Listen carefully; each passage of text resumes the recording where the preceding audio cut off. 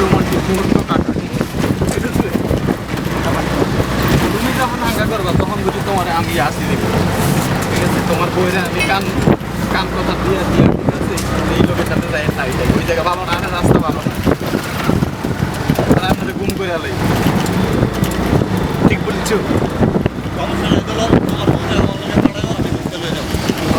একদম সেফ। বাচ্চা ঘুমাইয়ে গেলাম একসাথে। শিয়ালের কাছে মুরগি রাখতে দিবা? এই তো তাই বলতেছি, বাচ্চা একবার দিয়ে দিলাম তুমি আমারে।